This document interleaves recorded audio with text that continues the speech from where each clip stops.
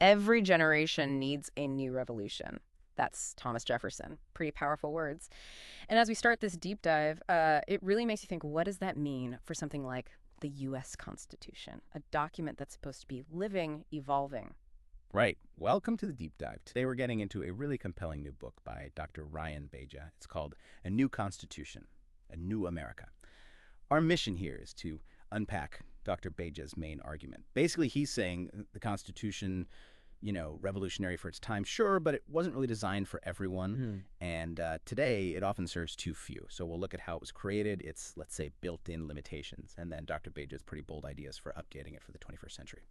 Okay, so let's start right at the beginning. Those famous words, we the people. I mean, it sounds so inclusive, doesn't it? Like everyone's included.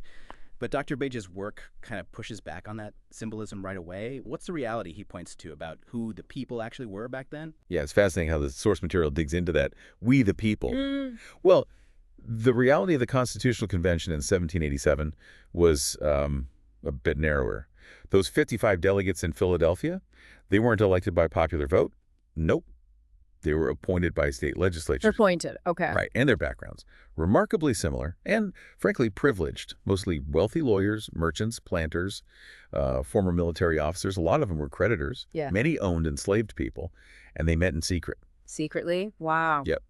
Their main concerns, protecting property rights, sorting out commerce between the states, and, well, preventing what they genuinely saw as the danger of mob rule. So given who was in the room, who is decisively left out of this original We the People? Oh, the exclusions were, well, profound. First, slavery.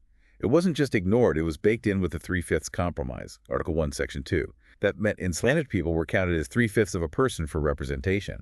This actually boosted the political power of slaveholding states in Congress and in picking the president. So it directly gave more power to slave owners. Directly. Then you have women. Completely excluded from political life. Couldn't vote, couldn't hold office, couldn't participate politically. Their legal identity was often just absorbed by their husbands on the thing called coverture. It was so fundamental, so assumed, they didn't even need to write it down explicitly. Just taken for granted. Completely. Were there other major groups shut out from the start, besides by race and gender? Oh, absolutely. Voting itself. In most states, it was generally restricted to white men who owned property. Property owners specifically. Yes. A deliberate choice, really, Yep. to keep political power concentrated among the economic elite. So even many white men were excluded. And then Indigenous peoples. A huge missed opportunity. The Constitution just tragically overlooked centuries of their wisdom, their established governance models. Think about the Haudenosaunee Confederacy's democratic federalism. It actually influenced some Enlightenment thinkers, but it was ignored at the convention. Their knowledge of the land, of society, brushed aside. So it wasn't just an oversight, it was active marginalization. Exactly, an active process. And it set the stage for, well, centuries of difficult, often tragic history. Okay, that really paints a picture of the starting point. But Dr. Baidya argues it's not just about who was excluded then. He says the structure itself, the framework, has ongoing issues that challenge democracy now. Where do those fault lines show up today? Right, so moving from historical exclusion to the structure itself, many elements, maybe logical in 1787, create real barriers to full democracy today. Take the Electoral College, Section 1, we all know this one. It allows a president to win without the most individual votes nationwide. Like in 2000 or 2016, and other times historically too, right? Exactly. 1824, 1876, 1888, 2000, 2016. It gives disproportionate power to smaller, often more rural states, and arguably violates the whole one person, one vote idea at the national level. So you mentioned smaller states having more power. That connects to the Senate, doesn't it? Where every state gets 2 senators, regardless of population. Precisely. The Senate's uneven representation. Article 1, Section 3. Originally, senators weren't even directly elected. State legislatures picked them. That concentrated power even more among elites. Until the 17th Amendment changed that. Right, 1913. Direct election. But the core structure, still there. Wyoming, with, under 600,000 people, gets the same 2 senators as California, with nearly 40 million. That's a massive difference in representation per person. Huge, and it really amplifies the political clout of, say, concentrated economic interests that might dominate in those smaller states. What about the courts? Lifetime appointments for federal judges that's often defended as protecting judicial independence. But Dr. Baidya sees a democratic downside. Yeah, it's a classic debate. The source explains that lifetime tenure Article 3, Section 1, and the appointment process in Article 2 probably made sense in 1789. Think about it. There just weren't that many trained lawyers. Legal education was basic. They needed to attract and keep the few qualified people they had. Okay, a practical reason back then. A pragmatic necessity, you could say. Yeah. But today, the impact is arguably undemocratic. You have unelected judges serving for life with no direct accountability to the voters. Their views can become entrenched, maybe out of step with where society is.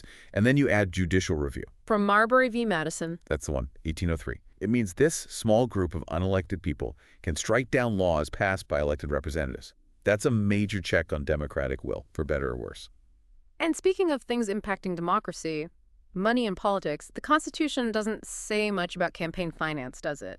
How does Baidya tackle that? It's strikingly silent, actually. There's no explicit guarantee of political equality when it comes to funding campaigns. And the Supreme Court, interpreting the First Amendment's free speech clause, has stepped into that void. Cases like Buckley v. Vallejo in '76, and more recently Citizens United in 2010. The ones that essentially equated spending money with speech? Largely, yes. Yeah. That's the effect. So you end up with a system where wealth can translate directly into political access and influence in a huge way. And it seems hard to change these things. You mentioned amendments earlier. Right. That brings us to the amendment process itself. Article V. It's designed to be difficult. You need 2/3 of both the House and Senate, and then ratification by 3/4 of the states. It's a really high bar. Extremely high. Intended for stability, sure. But Dr. Baidya argues it prevents necessary, timely updates. Think about it. Over 11,000 amendments proposed in 1789. 11,000, wow. And only 27 passed. None have really gotten at the core issues of, say, economic exclusion in politics or the influence of big money. The system is very resistant to formal change. Okay, so we have these historical roots of exclusion, these structural issues like the Electoral College and Senate representation, lifetime judges, money in politics, and a rigid amendment process. Why does Dr. Baidya argue this is reaching a crisis point now? What makes reforms so urgent today? Well, the urgency really comes into focus when you look at the sheer scale of change between the America of 1789 and the America of, say, 2025. It's almost incomparable back then. Yeah. About 3.9 million people. Over 95% lived right along the Atlantic coast. Overwhelmingly rural. Society was highly hierarchical, deeply exclusionary. Can today? Today, we're pushing 340 million people, spread across a vast continent, around 83% urban, and vastly, vastly more diverse, racially, ethnically, culturally, you name it. Just the scale alone is staggering. And society itself has changed too, obviously. Fundamentally, I mean, think about the economy. From mostly manual labor and information traveling at the speed of a horse to digital automation and instant global communication, healthcare, from bloodletting and rudimentary care to a medical revolution, social norms, from rigid hierarchies and limited rights to evolving ideas about universal suffrage, civil rights, LGBTQ plus equality, the list goes on. So the core argument is that a framework built for that 1789 world just doesn't fit this 2025 world. This is the constitutional mismatch. That's exactly it, the mismatch. A constitution designed for the scale, economy, and social norms of the late 18th century just struggles to cope with the realities of the 21st. And we see the symptoms everywhere, right? Persistent political gridlock, deep public dissatisfaction, polarization. Those debates about the Senate power, the Electoral College, Supreme Court decisions that seem more ideological than based on broad consensus. They're all signs of the strain. Signs of a system under immense strain. And this leads Dr. Baidya to bring up something he calls the dead horse theory. The dead horse theory. Okay, what's that? The idea is sometimes you reach a point where the strategy should be to dismount, to stop flogging the dead horse, instead of trying harder and harder with a solution that fundamentally isn't working. You need to recognize its limitations and find a new way. Precisely. Applied to the Constitution, it suggests that maybe incremental tweaks aren't enough. Maybe we need comprehensive renewal to address the systemic dysfunction. A new horse, basically. Or at least a radically rebuilt one. Okay, that's a strong metaphor. So if we're talking about renewal, what does Dr. Baidya's vision for a people's constitution in a new America actually look like? What are some of these bold ideas? Well, the blueprint starts by trying to make popular sovereignty rule by the people, real and enforceable, not just a nice phrase. So Article 1 of his proposed constitution makes it an actionable principle. This includes direct citizen power, the right to vote, obviously, but also the right to propose laws and even constitutional amendments through referendums, and the power to recall elected officials. Direct democracy tools. Yes. And here's a really interesting one. Putting a none-of-the-above option NOTA on every single ballot for every office. None of the above. How would that work? If NOTA gets the most votes, the election is void. You trigger a runoff with new candidates. The ones who lost to NOTA or didn't get enough support are out. And here's the kicker. All non-votes, people who just don't show up or don't vote in that race, are automatically counted as NOTA by default. Wow, so candidates couldn't rely on apathy. They'd have to actively convince people not to choose NOTA. Exactly. Force active persuasion. Yeah. Turn apathy into a direct statement. That's fascinating. What about fixing representation in Congress and the presidency? For Congress, the proposal is full proportional representation. Get rid of the winner-take-all districts and use independent commissions for drawing district lines to stop partisan gerrymandering. Truly aim for one person, one vote. Proportional representation. Okay. And the president. Direct national popular vote. Simple as that. Whoever gets the most votes wins. But with a twist. A single, non-renewable 6-year term. 6 years, one term, no re-election campaigns. Right. And if no candidate gets over 50% of the votes from registered voters in the first round, there's a mandatory runoff election between the top contenders. Okay, big changes there. Yeah. What about the judiciary? We talked about lifetime appointments being an issue. Yeah, the judicial branch gets a major overhaul in this vision. First, end lifetime appointments. He suggests fixed, non-renewable terms, maybe 18 years for Supreme Court justices. Bring in fresh perspectives, prevent stagnation. How would judges be chosen then? To avoid the political battles we see now. The idea is a merit-based peer nomination system. Experienced federal and state judges would use a weighted voting system to nominate candidates. The goal is to reduce partisan influence, elevate confidence, legal skill, judicial temperament. And how cases are heard at the Supreme Court. Another radical idea, a randomized panel system. Instead of the same 9 justices hearing every case, cases would be assigned randomly to 9 judge panels drawn from a larger pool of federal judges. Randomly. So you wouldn't know the ideological makeup beforehand. Exactly. Blind allocation. Undermine ideological predictability, discourage judge shopping, promote neutrality.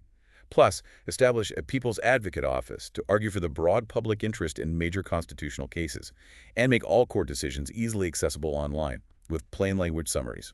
Accessibility and neutrality seem key there. What about new rights? You mentioned the current Constitution doesn't guarantee things people might expect today. Right. This proposed Constitution explicitly guarantees enforceable socioeconomic rights. Things like the right to adequate food and clean water, the right to comprehensive health care, adequate shelter, a clean and sustainable environment. These would be constitutionally protected. Enforceable rights, yes. It also includes a universal basic income floor, ensuring nobody falls below a certain minimum standard, and a right to employment at a living wage, with the government potentially acting as an employer of last resort. That's a significant expansion of rights. Does it include new responsibilities too? It does. Alongside rights come duties. The duty to contribute fairly through taxes, the duty to actively protect democratic processes, and a duty to protect the environment. Okay, and how does this vision tackle the money in politics issue we discussed and guarantee equality? On money. A flat-out ban on corporate, PT, and dark money contributions to campaigns and parties. Strict limits on individual donations. Public financing would become the main way national elections are funded. Try to level the playing field. That's the aim. And for equality, a non-amendable permanent equality clause. This would state clearly that no law or government action can favor or penalize anyone based on identity, race, gender, sexual orientation, etc. Aid or support would be based on individual or community financial need, not group affiliation. And identity-based quotas would be prohibited. Focusing on need, not identity group. That's the principle. One last big piece. How does this proposed constitution avoid becoming outdated itself, like the current one arguably has? How does it stay living? This is maybe one of the most crucial parts. It builds in a process for regular updates, a mandatory constitutional review convention every 20 years. Every 20 years. Who would run it? Not politicians. A citizen-led body. Yeah. Selected through stratified random sampling, basically. A lottery designed to create a representative cross-section of the population. They'd be advised by non-voting guardians, experts in constitutional law and history, but the decisions would rest with the citizen body. So built-in renewal by the people themselves. Exactly. A mechanism for continuous self-correction, ensuring the Constitution adapts and doesn't become frozen in time again. Wow. We've covered a lot of ground today, from the Constitution's origins and its initial exclusions through the structural challenges we face now, to Dr. Ryan Baidya's really quite radical vision for renewal in a new Constitution, a new America, understanding where the document came from, its limitations, its strains. It certainly seems crucial if we're going to imagine its future, maybe, like Jefferson said, for that next revolution. It really leaves you with a fundamental question, doesn't it? What would it actually mean for us as a society to truly embrace this idea of continuous self-correction in our most basic law? How would shifting from just voting every few years, a sort of episodic participation, to becoming active, ongoing stewards of our own social contract, how would that change what we the people means in the 21st century? And could that maybe genuinely rebuild public trust and lead to a future that feels more equitable for you, for everyone,